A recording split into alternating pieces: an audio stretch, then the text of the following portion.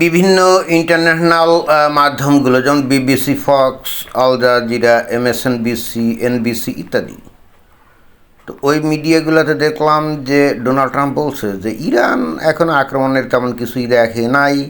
এবং ইন্টারেস্টিং ব্যাপার হলো, কথা নেই বার্তা নাই, অনেকটা স্বভাব বিরুদ্ধভাবে বাংলাদেশের মিডিয়াও কিন্তু একই মানে বক্তব্য ছাপিয়েছে। অথচ আমি ধারণা করছিলাম যে বাংলাদেশের মিডিয়াগুলো বলবে যে আমেরিকা এখনও ইরানের আক্রমণের তেমন কিছুই দেখে নাই, হয়তো এরকমই বলবে। বাট দেখলাম যে এখানে না, ডোনাল্ড ট্রাম্প যেটা বলছে সেটাই এখানে সার করছে। তো যাই হোক, সর্বপ্রথমে আপনার মানে মূল প্রসঙ্গে যাওয়ার আগে আপনাদেরকে একটু অনুরোধ করতে চাই, অনেক কষ্ট করে ভিডিও বানাই তো আপনাদের উদ্দেশ্যে, তাই না? কষ্ট করে এত কথা বলি, এত তথ্য সংগ্রহ করে কথা বলতে হয়, অনেক ব্রেন খরচ করতে হয়। তা আপনারা যদি একটু সাথে থাকেন, আমি কিন্তু দেখেছি যে মোর দ্যান 50% জাস্ট আসেন, দেখেন, চলে যান, সাবস্ক্রাইব করেন না। অতএব আপনাদের উদ্দেশ্যে বিনীত অনুরোধ জানাচ্ছি, দয়া করে একটু সাবস্ক্রাইব করে সাথে থাকবেন, তাহলে সুন্দর সুন্দর ভিডিও আপনারা পাবেন। এবং আপনারা তো দেখছেন যে আমি কিন্তু জাস্ট কোনো একটা নির্দিষ্ট বিষয়ের উপরে নিবদ্ধ থাকি না, just variety types of subjects কিন্তু আমার আলোচ্য বিষয়। তো আপনাদেরকে অনুরোধ করলাম একটু দয়া করে সাবস্ক্রাইব করবেন, জাস্ট একটা ক্লিক, তো কষ্ট তো তেমন হওয়ার কথা না, তাই না? তো যাই হোক, এবার আসল প্রসঙ্গে আসা যাক। ডোনাল্ড ট্রাম্প তো বলে ফেলছে যে ইরান এখনও আক্রমণের তেমন কিছুই দেখেনি। এবং ইন্টারেস্টিং ব্যাপার হলো, এরপরে যেটুকু আক্রমণ দেখেছে তাতে করে ইরানের কিন্তু ওই যে এয়ার ডিফেন্স সিস্টেম পুরো ধ্বংস। এখন ইরানের আকাশে এই আমেরিকা এবং ইসরায়েলের বিমানগুলো একেবারে মুক্ত বিহঙ্গের মতো দিনের বেলায় উড়ে বেড়ায় এবং যেখানে মন চায় সেখানে গিয়ে বোমা মারে, সেখানে বোমা মারে, একেবারে কোনো রকম বাধাবিঘ্ন ছাড়াই। এই অবস্থা দেখে এই ঘটনা কী ঘটছে জানেন? অলরেডি এই যে ইরানের যে সমস্ত এই যে সুপ্রিম লিডার ছিল, আয়াতুল্লাহ আলী খামেনি সহ সেনাবাহিনীর প্রধান, IRGC বাহিনীর প্রধান, পুলিশ বাহিনীর প্রধান সহ নিরাপত্তা, তাদের যে ওই প্রতিরক্ষা মন্ত্রী সব তো মারা গেছে, তাই না? একেবারে প্রথম দিনে এগুলো সব শেষ। এখন ইরানের যে ঘটনা ঘটছে কী জানেন? সেখানে কিন্তু এখন আর কোনো ওই কেন্দ্রীয় কোনো নিয়ন্ত্রণে কোনো কোঅর্ডিনেটেড আক্রমণ কিন্তু আর হচ্ছে না। গোটা ইরানের বিভিন্ন জায়গায় তাদের যে ওই মিসাইলের টাইলো আছে, যেগুলো মাটির নিচে সাইলো তৈরি করে অনেক আছে না, এগুলো তো আর সব জায়গায় আক্রমণ করে তো আর ইসরায়েল বা আমেরিকার বিমান তো গিয়ে তো ধ্বংস করতে পারে না। এগুলো কিন্তু ইন্ট্যাক্ট আছে, এমন না যে সেগুলো ধ্বংস হয়ে গেছে। কিছু কিছু অবশ্য লঞ্চার প্যাড ধ্বংস করছে, কিন্তু তারপরে তো অনেকগুলো রয়ে গেছে। এখন এই ইরানে বেসিক্যালি যে ঘটনাটা ঘটছে সেটা হলো যে এখানে কিন্তু কোনো কেন্দ্রীয় নেতৃত্ব আর নাই। ইরানকে কিন্তু এখন বেসিক্যালি কেউ কেন্দ্রীয়ভাবে অন্তত যুদ্ধ চালানোর যে একটা কোঅর্ডিনেটেড যে একটা কমান্ড থাকে, ওইটা কিন্তু নাই। এখন বিচ্ছিন্নভাবে যে যেখানে আছে, যার ছোট ছোট কমান্ড আছে, তারা নিজেদের মতো করে বিচ্ছিন্নভাবে যে যতটা পারে এই রকেট এবং মিসাইল এবং একই সঙ্গে ড্রোন ছুটছে। ঘটনা কিন্তু এরকম, অর্থাৎ অনেকটা কী বলা যায়, উন্মত্তের মতো। এখন ইরানের মেইন লক্ষ্য এরকম হয়ে দাঁড়িয়েছে যে আমরা তো মরছি। তো এই জন্যে সাথে করে অন্তত ওই যে ভোগ বিলাসে লিপ্ত যে গালফ কান্ট্রিগুলো আছে না, কুয়েত, কাতার, আবুধাবি, দুবাই, বাহরাইন, সৌদি আরব, এরা তো রঙ্গ তামাশায় থাকে, তেলের পয়সায় খায়লায় রঙ্গ তামাশা করে। ইরানের বক্তব্য হচ্ছে যে আমরা যখন মরছি তো তোদেরকে নিয়ে আমরা মরবো। এখন এই জন্যে এই সমস্ত দেশের যে আমেরিকান ঘাঁটিগুলো আছে না, সেখানে তো এর আক্রমণ করছেই। একই সঙ্গে বিভিন্ন যে বেসামরিক লোকেশন, যেমন সৌদি আরবের আরামকো, অর্থাৎ তাদের যে বৃহৎ তেল কোম্পানি, তাতেও আক্রমণ করছে। তারপরে কাতারে, আমরা এতদিন জানতাম যে কাতারের সাথে কিন্তু ওই যে ইরানের সম্পর্ক ভালো, এবং ইন্টারেস্টিংলি দেখলাম যে সেই কাতারের গ্যাস ফিল্ডেও সেখানেও কিন্তু এই যে ইরান আক্রমণ করছে। এটার অর্থ কী?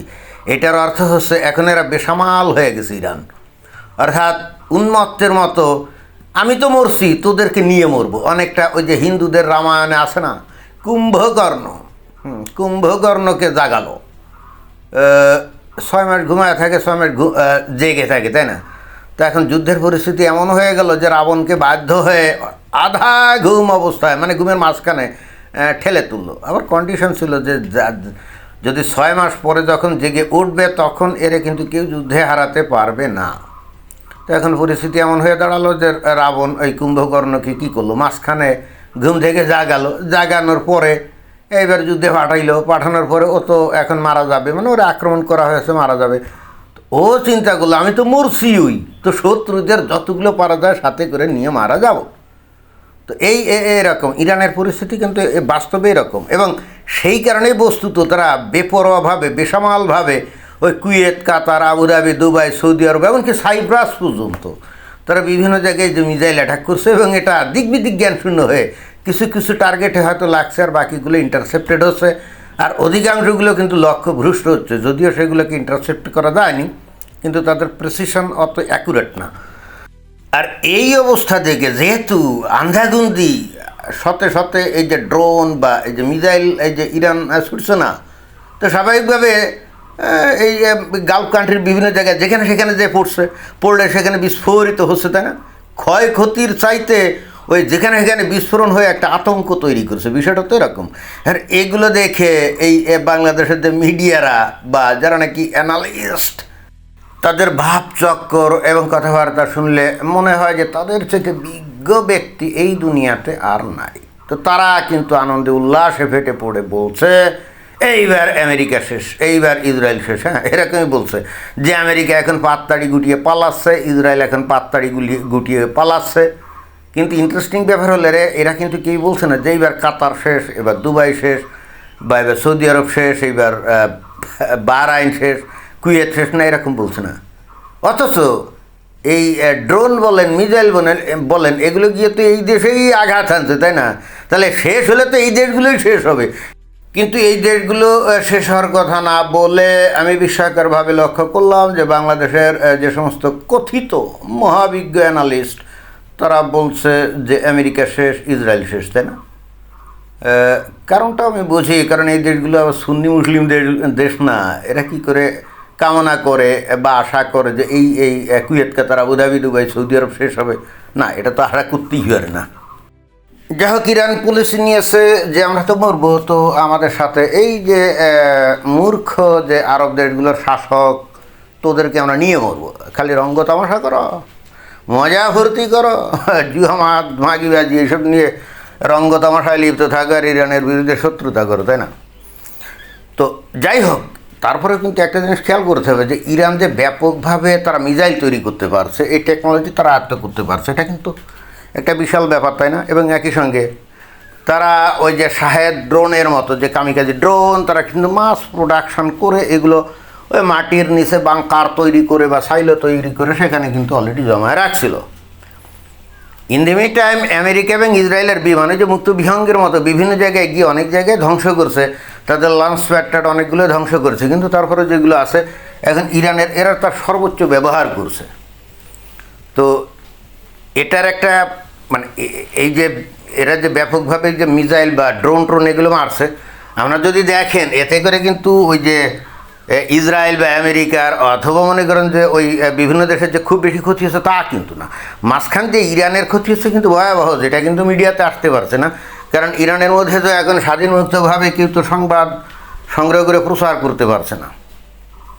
তবে ইরান যে একটা পারঙ্গমতা দেখিয়েছে অতীতে, যেমন ওই যে ইরাকে যখন হামলা চালাইছিল এই যে আমেরিকা, তখন কিন্তু আমরা অনেক কথা শুনতাম যে সাদ্দাম হোসেনের অমুক অস্ত্র আছে, হ্যান আছে, ত্যান আছে, কিন্তু ফাইনালি দেখা গেল যে তার আসলে কিছুই নেই। কিন্তু এই ইরানের ব্যাপারেও আমরা যদিও সেই একই ধরনের কথাবার্তা শুনছি, কিন্তু এর কিছু হলেও আছে, সেটা কিন্তু বোঝা গেল। অন্তত অ্যাটলিস্ট এই দিক দিয়ে তার যে অ্যাডভান্স ছিল এতে কিন্তু কোনো সন্দেহ নাই। কিন্তু মুশকিলটা হচ্ছে তাদের দেশে যে রেজিম, মৌলবাদী রেজিম, ভয়ঙ্কর মৌলবাদী, যে দেশটা হলো একটা বিশাল কারাগার, এবং যেখানে সাধারণ মানুষের কোনো স্বাধীনতা নেই, বাক স্বাধীনতা নেই, কিচ্ছু নেই, আবার ভালো জীবনযাপনও নেই, আয় অর্জন নাই। তো এবং একই সঙ্গে ঠিক আছে, তারা যদি নিজেদের দেশের মধ্যে এইসব নিয়ে ব্যস্ত থাকতো তাহলেও কিন্তু কোনো সমস্যা ছিল না। কিন্তু ইরানের কামটা কি? ইরানের লক্ষ্য উদ্দেশ্য হচ্ছে death to America, death two Israel, তাই না? তো সারাক্ষণ একেবারে সরকারিভাবে এই ঘোষণাগুলো দেয়। অনেকে হয়তো বলতে পারে যে এই আমেরিকা ইসরায়েল এই যে অ্যাগ্রেসিভলি আক্রমণ করলে এটা কি ঠিক হলো?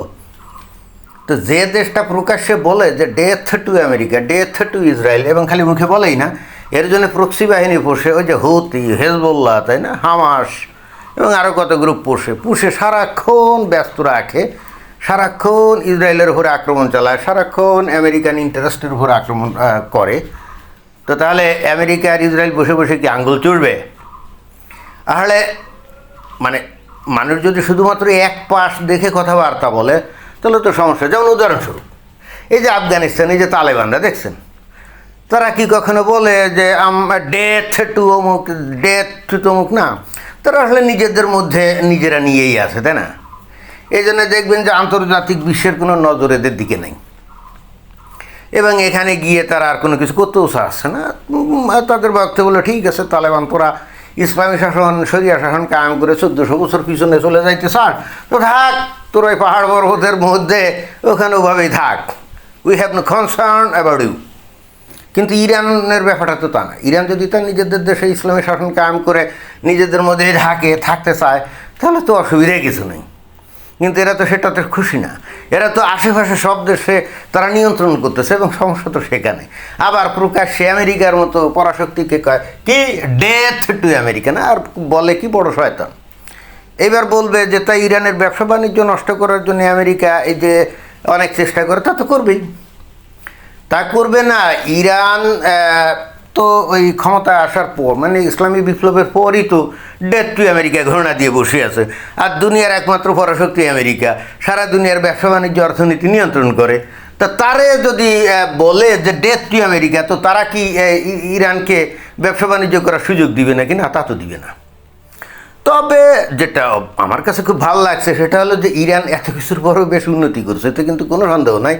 বাট এখন যেটা এই যে ডোনাল্ড ট্রাম্প বলছে আক্রমণের তেমন কিছুই দেখে নেই, আমার কাছে যেটা মনে হচ্ছে যে কিছু ক্ষয়ক্ষতি তো অ্যালাউ করতে হয়, তা না হলে একতরফা গিয়ে মেরে কেটে সাফা করলে এটা তো একটু অন্যায় হয়, খারাপও দেখায়, তাই না? তো অলরেডি কিন্তু এই যে 3-4 দিনের মধ্যে কিছু ক্ষয়ক্ষতি অলরেডি হয়ে গেছে, তাই না?